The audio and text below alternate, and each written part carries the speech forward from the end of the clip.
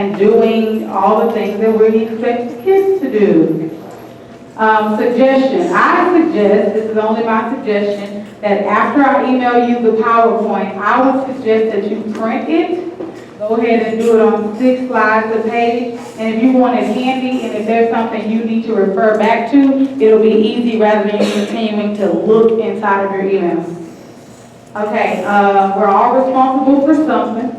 So your responsibilities would be asking questions if you need to. Because you probably will help somebody else by asking your question. Read and understand the training material. Check your email for communication. Ensure that you have what you need during testing, minus the things that comes in the bucket. Inform me or Crowder of any room concerns. I already sent out the Google form, and I had about 20 people already say, I need a clock, I need this and that, so that's going to help me out. Read the manuals. I'll give you the pages at the end. Ensure your understanding as test administrators after the training. Have your manual and the packet on the test day. I'm not printing the packet again. And I put it on the front. It's 200. That means I'm going to do 200 of them again. I would just hope that you would hold on to the packet and make the updates, if any. Make sure that you are aware of your job role and be prepared to assist in any way and be a team player. Hall monitors. It is your job to monitor. Test administrators are counting on you to see them put out their signs. They're testing. Sometimes they have to use the restroom, and for some reason it makes them angry when they have to use the restroom. So let's make sure we're watching for signs and being clear. I don't want to say don't bring the desk in the hallway, but I noticed sometimes the desk causes people to camp in that spot and people are waiting on you. I would suggest that you just move around, walk the halls, look into doors, sometimes just flash a little thumbs up to see if the teacher is okay. I don't want people having to wait.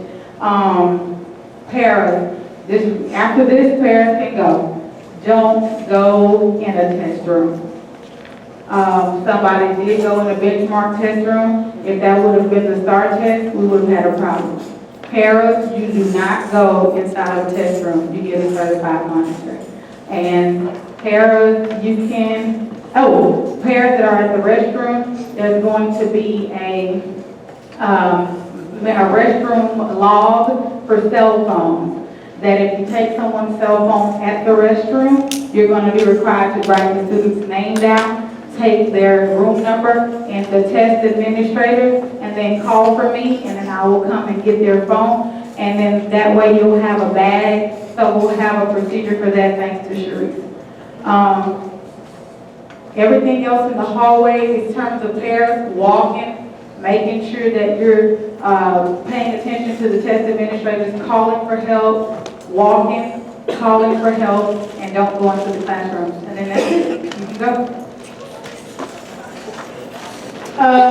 Test administrators.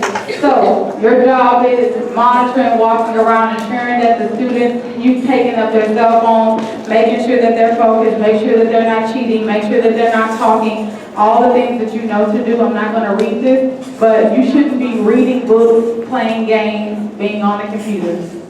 It's simple. You're going to have monitors visiting, you're going to have district monitors, you can also have state monitors coming in. Let's just make sure that no one has to pull us to the side or say who was in room so-and-so. Okay, again, this is basically confidentiality. No cheating, no cheating, no cheating. Safe job, no cheating.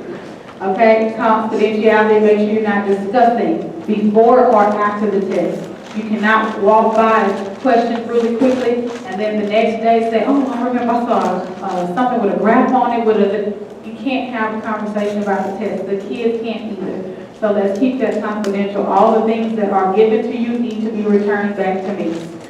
Make sure that turn off all communication. Turn it off, pick it up, put it away. They don't get a choice. They can't say, oh, but I did power it off, but I just kept it with me. I'm going to take the phone. So let's make sure that we are doing that. Make sure our environments in our classroom, all direct instructional materials are removed from the walls. Things like sayings on their B grade, that stuff doesn't have to come down. A simple picture of something doesn't have to come down. If you're in a reading room and you have a bookshelf with books on it, put the butcher paper over the front of it and cover it up. You don't have to turn all the books around like you did last time. Okay, again, 4-hour test limit. You must communicate orally or write on the board every hour on the hour that they have. Once it decreases, they have to record. Nobody gets to, you don't get to say that time's up. Hold on, I got a bubble 4 more. They just missed those 4 questions. Okay, must record how long it takes each student. So you put the general start time on the roster, and I'll show you.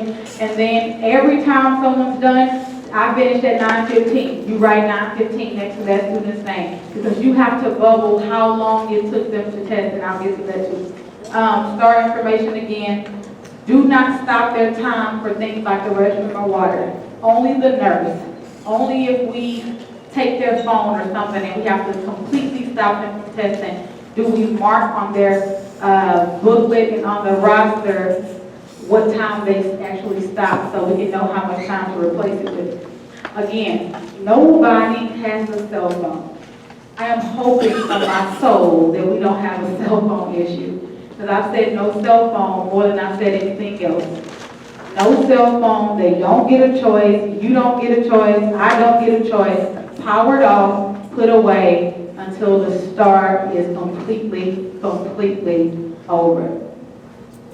Watches, they even, I saw these glasses, and I didn't know that they had this. So you had a high school student have these glasses with the lens was punctured out, but the camera was on the front. Let's make sure we watch for tricky things like that. No watches, no phones, take them away. Here goes the cell phone sheet. Somebody said that it wasn't clear, so I wanted to put it up there so it can be very clear. Write the student's name, write what kind of phone they have. Ashley, such and such, Samsung, some iPhone. Write down just what they have, just so we can kind of make sure nobody's like, oh, they took my phone, that was mine. So just make sure you do that. Again, they don't get an option.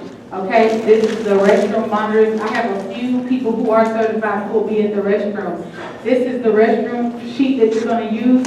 If you just so happen, hopefully you don't, take someone's cell phone, write their name. You're going to have the alpha listed in the hallway and things of that nature. So if a student says, oh, I don't know the person's name, then you can just write down the number and you can get the administrator's name on your own. But we need to have the room number or the administrator call for me to take someone's phone. Again, somebody bleeds on their chest, somebody vomits, it happens. It happens for sure. Call me, I'll come get it, I'll give them news material. We don't have to keep it, I can discard it. Penalty, do not cheat. I don't know how much more I can say, don't cheat. You don't want to lose your job over trying to give somebody an answer. Or not doing something they say not to do. Okay, irregularities. There's 2 types. There's serious and there's procedural. And so serious things would be the cheating, the giving someone answers. Procedural things could simply be, I read something I wasn't supposed to read. And so those are kind of things that are procedural. Again, if you know someone's doing something inappropriate, you know that a teacher helped somebody on a test, it's your job to report. If we investigate it and we find out that it went to this person to you, you knew, but it skipped past you and someone else, TEA is going to require that you write a statement and they're going to come talk to you about it. Avoid common testing irregularities. Again, ensure that people, I have 6th, 7th graders that have the same name. So I'm putting in the bucket, these kids have the same name. Make sure that you're checking their ID numbers. Don't just start passing stuff out. They should be sitting in alpha order in the first place according to your roster, and that's how you should pass out materials. Ensure that you're monitoring, making sure that the students are on task and recording their answers. New this year, there will not be seals on the books anymore. I don't know why, but there's no seals. So that just means you're going to have a lot of Fitbit steps. to make sure that you are monitoring and ensuring that students are not in the wrong test. If it's math day and you see somebody in reading day, then you need to close their book, stop them, call for me, because they just committed an irregularity and I need to come get their stuff. You cannot be changing answers in your old test from yesterday, and you can't be taking the test from that's going to happen tomorrow. So if that happens, you need to come get me. Well, you don't come get me, you send somebody else to come. Allowable administrative materials. So this is your blank paper, tracing paper, highlighters, and the back pencils, and things of that nature. That cannot be passed out to everybody.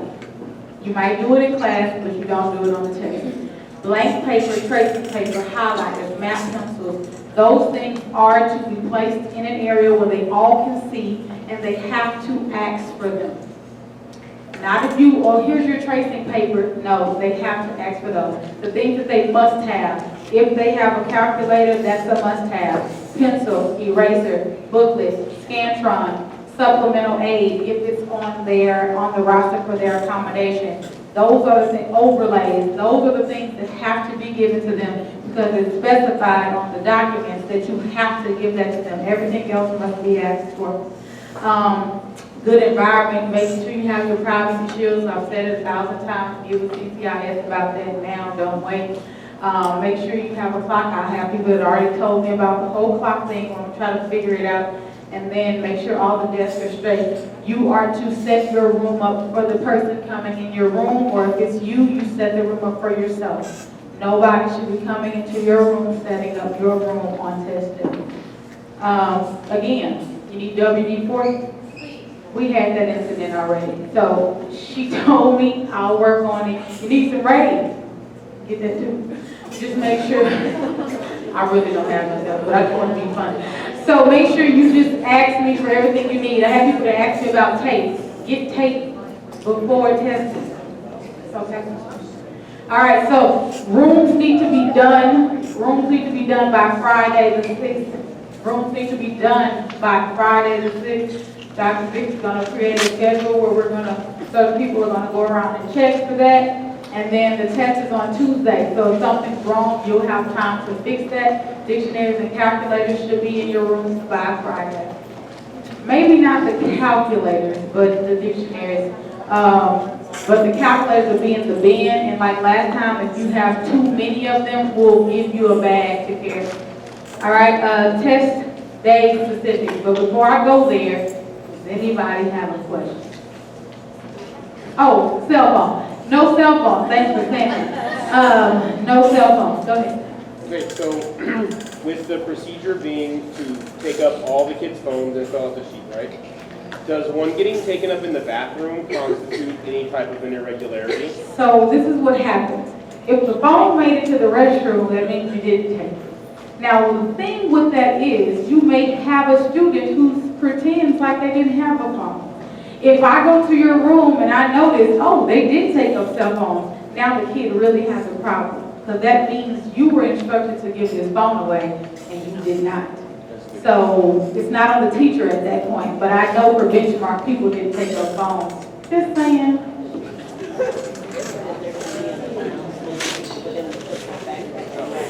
Thank you.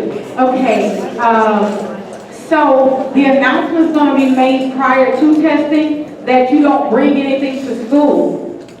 So on those days, we're going to say don't bring anything to school, but what we'll do is like with that 5-minute tardy bell or so, we can make some kind of, well, let me ask first, this ain't my house, Dr. Burton. Can we make an announcement about the lockers if the students need to look at the sheet already? Okay, so we'll do that, but so I'll try to do that, but I'm going to lunches like Thursday, Friday, Monday, saying don't bring this, don't bring that, don't bring this. And so that means that if they bring it, now if it's just get to the point where it's time to get ready to start and somebody has something or I don't know my locker, sit it in the front of the room. Not even their books can be under their desk. The reading book that they bring, oh, that's my book, great, wonderful, put it in the front. They can't bring their own water as well. No, I don't want no water. They ain't there. On the writing down the time that they finish their test, if I'm on a break and they finish. The test, the breaker people are in here. So the breaker people should know to write this down too. That's why they. Okay. So, thank you, Jen, that was smart. So if you're breaking people and someone finishes, don't take the test and stack them up until the person comes back and say all these people finished when you was gone. Go to the roster where you signed in and write next to that student's name what time it was when they ended that test. You can help them out. It's okay if you help. Teamwork, people. And go. Yes. I have that big tiny seating chart that's on the benchmark paper because I can't write it. Yeah, that's pretty much what they gave me. Well, what we'll do is all the numbers, kids are numbered on the front. So if they're sitting where I said, you just put a number. Look at that, we're so smart. Anybody else? Yes. No, you can't take the booklet because you shouldn't touch the booklet after you give it away. So it's just one of those, I have to eyeball it. We don't know why they took the seal off. I don't get it, but they just took the seal off. But you can't tape it. Could you elaborate about something on the wall? Okay, so on your wall, there can't be, okay, so there can't be anything instructional there that can provide a direct answer. Okay, a math room that has a multiplication chart cannot be on the wall. A reading room that has strategies on it that can't be on the wall. If you have a math room, and I used to have a poster that said math is everywhere, but that was nothing on it, but just math is everywhere. I don't have to show that up, I don't take that down. It can still look like a learning environment, but not direct material to testing. You can't leave a periodic table on the wall for science testing, like things of that nature. Does that help or no? So we need No. to cover the books? Wait, if you have books on a bookshelf, they were told to turn the books around and do that stuff on the bookshelf last year. Just get a big piece of butcher paper and tape it on the top and let How is that a direct answer? I just was told to take up the book. Some of this stuff I'm delivering. I ain't come up with this. So I don't know why the whole bookshelf thing, but I was just told that they had to turn them around last year. So I'm kind of making it easier by saying don't turn them around, just put the butcher paper up there, and then that way it'll be quicker. Ms. McDaniel, do you want to clarify butcher paper over the bookshelf versus butcher paper on the walls? Yes. So clarification. I just said butcher paper on the bookshelf. Do you want me to deliver that? Yeah, you can do that. It sounds better when other people say it. Let me just be the one to say this because I asked for clarification on this 3 times. So I won't make her say it, I will say it. Here is the way it was put to us. It is not best practice to utilize butcher paper to cover things on the wall that should not be available to students during testing. So my question was, that's not best practice, but you know, we do a lot of things really great, so if we do that kind of not so great, can we use butcher paper? The second email said, it is not best practice. The third email was pretty much like, shut up and don't use butcher paper. So I'm just gonna say, I know it's a total pain, but if it's something that cannot be up for students during testing, it needs to be taken down, not covered. I can read the expression on your face, and please know that mirrors the expression on my face when I got this information.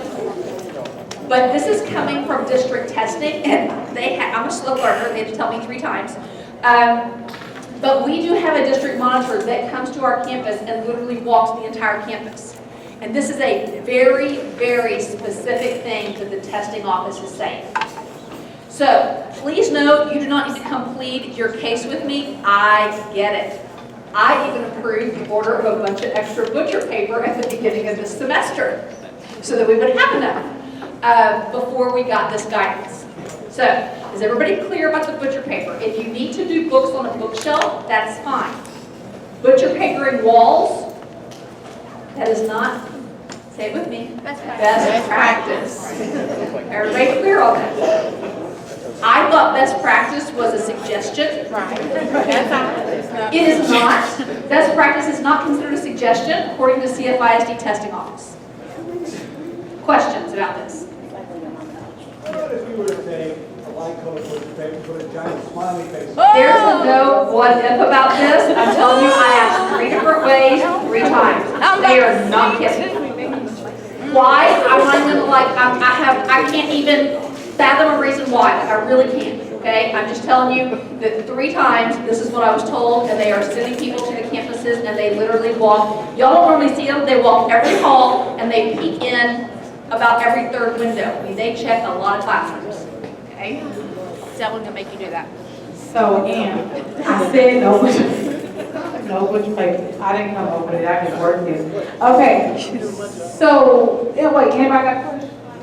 Oh, this is some good stuff right here. Like in art terms, or have to cover that it's art.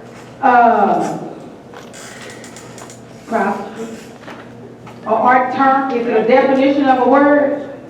Art terms. Take that down. Yeah, that's a word.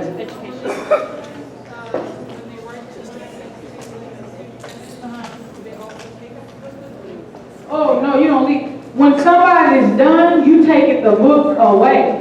They can't hold it and rest with it. No, if they say, I am finished, you ask, are you sure? And then, if someone finishes in 2 hours, as educators, we want to be like, you are not done. But you cannot, I used to get the twitchy eye, and they know that meant to go back. But you can't tell them, you're not done, you need to go back. You have to take it away. Break givers. No, break givers are certified people in this room. So no one's gonna sit with the books on their desk waiting for their teacher to come back so that they can flip the book over and slide it to the side so their friends can see the answer. Not happening. Anything else? Yes, ma'am.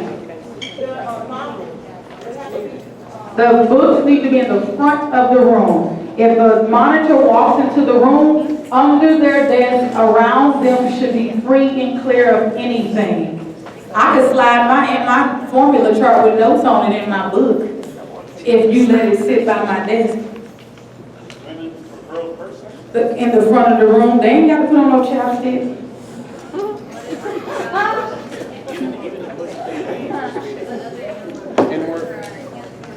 Now the purse can come in the room in the front of the room, and they take the purse to them because it has on the monitor restroom sheet that the woman at the restroom has to check the purse. So, anything?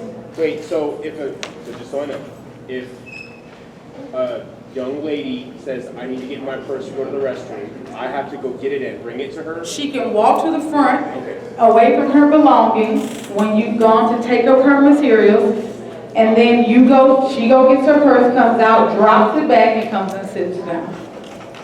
Anybody? Anything? I like to ask this question, because on start that, it's like, this lady is mean. Anybody? Go on. If somebody goes to the restroom, am I to take the testing materials from You never let test materials sit on a desk. Okay, so this is the thing. You let a test material sit on the desk, you're walking on the other side of the room, how do you know the kid across from them haven't taken their Scantron? How do you know they haven't grabbed? They do stuff in your class every day that you're surprised about them doing. Why would you be surprised about somebody trying to cheat on a student? Take the book up. Now, you don't take the book up and something happens, I'm just coming for you. So I would prefer you to just take the book up so nothing happens. I've always taken the book up. You go to the restroom, close it up, take the book, put it in the front, or take it away. When you come back, I just hand it back to you. There's only one person going to the restroom at a time. But if we're monitoring and they finish, don't take the book? If you're monitoring and the person's finished, you take the book, mark the end time, put it there for the regular test the administrator to give. The one- The book should never be alone on a desk with no student there.